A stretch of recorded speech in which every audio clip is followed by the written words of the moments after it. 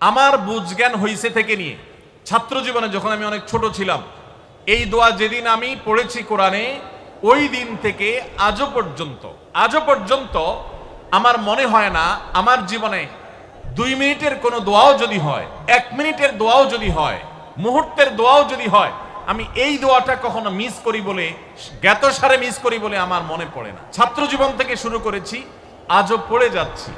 আলহামদুলিল্লাহ, আল্লাহর কাছে শুকরিয়া আদায় করে আপনাদেরকে বলতে পারি, এই দোয়ার সুফল আমি নিজের চোখে দেখেছি, আমি নিজে ভোগ করছি। অনেক মানুষ আছেন আমাদের কাছে আসে, বিশেষ করে আমার কাছে যত মানুষ অফিসে আসেন, এক এক দিন কয়েকশো মানুষও দেখা যায় অফিসে আসেন, এমনও হয় কোনো দিন কয়েকশো মানুষও হয়।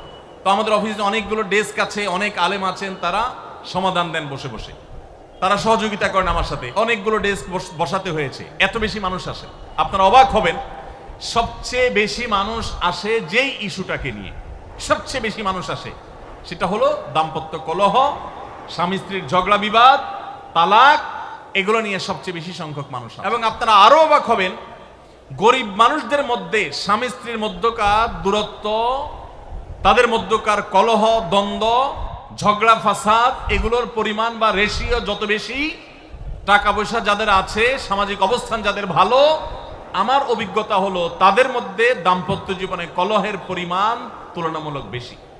তাহলে অনেক যুবক আছেন যারা বিয়ে শাদী এখনো করেন নাই, শুধুমাত্র হাতটা কসলাচ্ছেন আর চিন্তা করতেছেন চাকরিটা শুরু করতে পারি, ব্যবসাটা শুরু করতে পারি, বিদেশটা যায় সারতে পারি, টাকার বস্তা কামাই করে ফেলবো। তখন বউ একেবারে শুয়ের মতো সোজা থাকবে, আমাকে দিল জুড়ে ভালোবাসবে, আদর করবে, ভালোবাসা হবে, সম্প্রীতি হবে। চোখে মুখে লাল নীল রঙিন স্বপ্ন অনেক যুবক ভাইরা এখনো দেখছেন। আপনাদেরকে বলছি, টাকা পয়সা দিয়ে দাম্পত্য জীবনে শান্তি কেনা যায় না।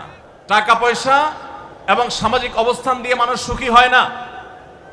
আমাদের কাছে অনেক মানুষ এসে চোখের পানি ফেলেন, তাদের সামাজিক অবস্থান অনেক মজবুত, তাদের সামাজিক স্ট্যাটাস কল্পনার অতীত, কিন্তু তারা পারিবারিকভাবে সুখী নন। আমানতদারিতার কারণে তাদের প্রাইভেসি রক্ষা করি আমরা, কখনো ইশারাঙ্গিত আমরা তাদের প্রাইভেসি ভঙ্গ হতে পারে সেভাবে বলি না। কিন্তু আমরা রেশিওটা আপনাদের সামনে পেশ করছি এজন্য, আপনারা যারা হাত কসলাচ্ছেন, যারা বেকার যুবক আছেন, যারা স্টুডেন্ট আছেন, যারা মনে করছেন যে টাকা পয়সা কামাই করে বস্তা ভরি, তারপরে আমি বিয়ে শাদী করে ফেললে সুখের সাগরে হাবুডুবু খাবো, আমি এরকম দেশ বিদেশ ঘুরতে থাকবো, এই রঙিন স্বপ্ন যারা দেখছেন তাদেরকে বলছি, বিশ্বাস করুন, সুখের সাথে এই টাকা পয়সা এবং সামাজিক অবস্থানের সম্পর্ক আপনি যতটা আছে মনে করেন, বাস্তবে ততটা নাই। সুখী দাম্পত্য জীবনের জন্য পুরুষ এবং নারী উভয়ের জন্য সর্বপ্রথম এবং প্রধান করণীয় হলো আল্লাহ তাআলার কাছে অনেক আগে থেকে দোয়া করতে থাকা, দরখাস্ত সাবমিট করা যে আল্লাহ, আমার পরিবার, আমার স্ত্রী, আমার অনাগত সন্তান সন্ততি যারা আসবে আমার বংশে, আমার ঘরে, আমার সংসারে, আমার পরিবারে, আল্লাহ আপনি তাদেরকে নেককার, তাদেরকে মুত্তাকিদের ইমাম এবং তাদেরকে এমন মানুষ বানিয়ে দেন যেন তারা চক্ষু শীতলকারী হয়। আপনাদেরকে একটা দোয়া শিখাতে চাই, অনেকে হয়তো জানেন, সূরা ফুরকানের 74 নম্বর আয়াত। সূরার নাম কি বলেছি? ফুরকান। আয়াত নম্বর কত বলেছি? 74। এজন্য আপনাদেরকে আমি বলতে চাই, বিবাহিত হন কিংবা অবিবাহিত হন, আপনার দাম্পত্য জীবনের সুখের জন্য সর্বপ্রথম এবং প্রধান করণীয় হলো এই দোয়া। এর বাইরে আরো সাধারণভাবে আল্লাহ তাআলার কাছে দোয়া করতে থাকা, যেন আল্লাহ তাআলা আপনাকে এমন একজন জীবন সঙ্গী দেন। মা বোনরা দোয়া করবেন জীবন সঙ্গী, আপনারা দোয়া করবেন এমন যেন জীবন সঙ্গিনী দেন, এই জীবন সঙ্গী আপনার চোখ জুড়ানোর মতো হবে। দেখুন, আল্লাহর ভাষা এমন যে এই ভাষা তো অলৌকিক, এটাতে কোনো মানুষের ভাষা নয়।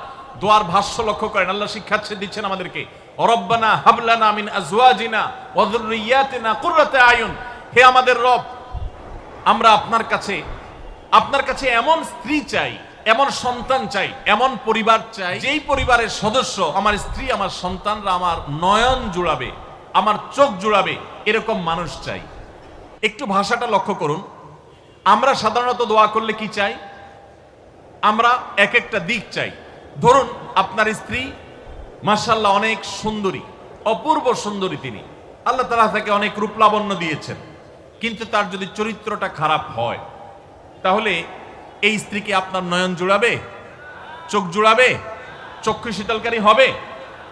আপনার স্ত্রীর চরিত্রও ভালো, দেখতে শুনতেও মাশাআল্লাহ সুন্দর, কিন্তু পড়ালেখা নাই, বুদ্ধিশুদ্ধি নাই, একটু বেকুব কিসিমের, তাহলে কি আপনার চোখ জুড়াবে, ভালো লাগবে? আপনার স্ত্রী শিক্ষা দীক্ষাও আছে, জ্ঞান গরিমায় মাশাআল্লাহ তিনি ভালো, রিচ, সমৃদ্ধ, আবার চেহারা সুন্দর, আবার তার মধ্যে তার চরিত্রের সমস্যা নেই, কিন্তু সমস্যা কি?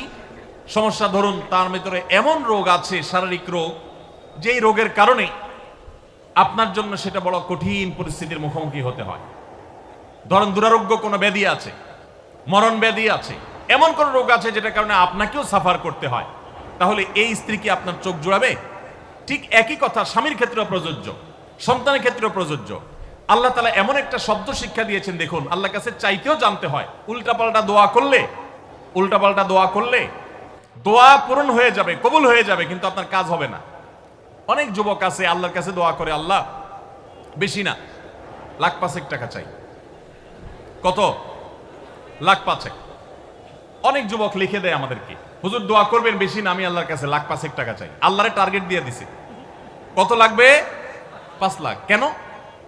একটা বাইক কিনবে, যুবক মানুষ, রাস্তাঘাটে বাইক ছাড়া চললে ভালো লাগে না, আর একটা ভালো সেট কিনবে, না হলে ফেসবুক স্ট্যাটাস ভালো করে দেওয়া যায় না, ছবি তুলে দেওয়া যায় না, সাইফুল্লাহ ভাই ছবি তুলে দিতে বলছেন না, মাহফিলে তোলা যায় না।